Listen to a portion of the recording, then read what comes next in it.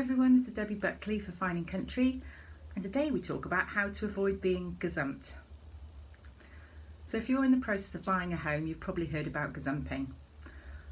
And while it may be less common now, it can still happen.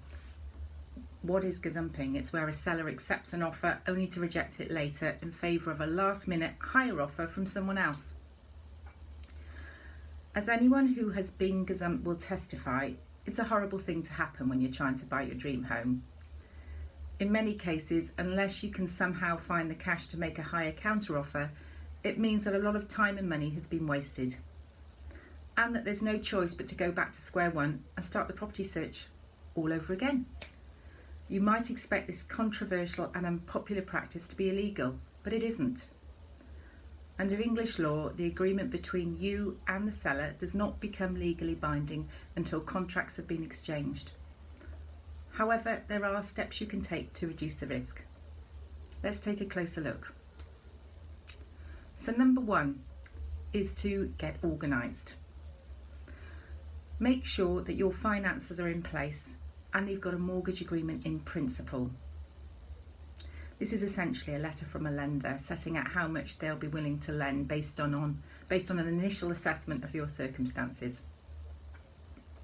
You also need to have a solicitor appointed, one who is available and proactive, and all the necessary documentation to hand, including the required ID. If you're selling at the same time as buying, get your property on the market. Better still, get an offer on your current home before making an offer on the one you want to buy to ensure that timing won't be an issue. The shorter the time between agreeing a sale and exchanging contracts, the less likely it is the deal will fall through. Number two, get the property taken off the market. Once your offer is accepted, you should ask the seller to take the property off the market. Make sure that this is done in writing or it will not be legally binding, meaning the seller can change their mind at any time. You should also ask the estate agent to remove signs from outside the property and remove its online listing. While the seller and agent aren't legally obliged to do this, you should question their reasons if they say no. Number three, keep things moving quickly. Do all you can to keep the process moving along as quickly as possible. This means being in regular contact with your mortgage broker and conveyancing solicitor to ensure they respond quickly to requests for information. Also, make sure you read, assign and return forms as quickly as possible.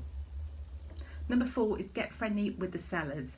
There are no guarantees this will work, but if you take the time to get to know your sellers and show them you're a serious buyer with your heart set on the property that they're selling, there's less chance of them dropping you at the last minute for a better offer. Number five, consider an exclusivity agreement. This is where the vendor agrees not to seek or accept other offers from other buyers for a certain period. While this can help demonstrate how serious you are, a seller still may not want to sign it. Talk to your solicitor to find out what's involved and the potential cost of drawing up one of these agreements, but be warned, it can get fairly complex. Number six, take out specialist insurance. You might want to look into taking out home buyers protection insurance. This policy covers you for the loss of upfront expenses you've made in good faith to purchase a property, such as legal, survey and mortgage lending costs in the event of the purchase falling through. Number seven, you could buy at auction. Buying at auction means there is no risk of gazumping, but it does come with a lot of different risks, so don't make any hasty decisions as you need to go in with your eyes firmly open. I hope you found this informative. If you'd like any help in finding your next home or just want a free valuation, please get in touch using the details at the end of the video. Thanks for watching.